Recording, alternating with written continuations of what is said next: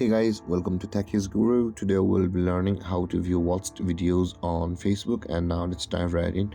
Now to view the watched videos history on Facebook, first open up your Facebook app and make sure to be logged into the account on which you want to view your Facebook watched videos history. And at the top right corner of the screen you can see there is a small profile picture icon with the three line icons just below the messenger icon. Tap on there, and over here you can see the settings icon at the top right corner just beside the magnifying glass icon. Tap on the settings icon, and over here scroll down to the bottom of the page until you can find the activity log under the category of your activity.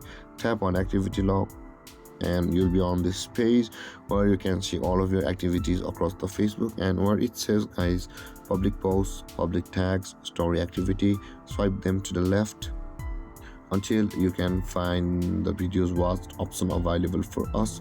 Tap on videos watched, and here guys you can see all of your watched video history on Facebook will be available over here.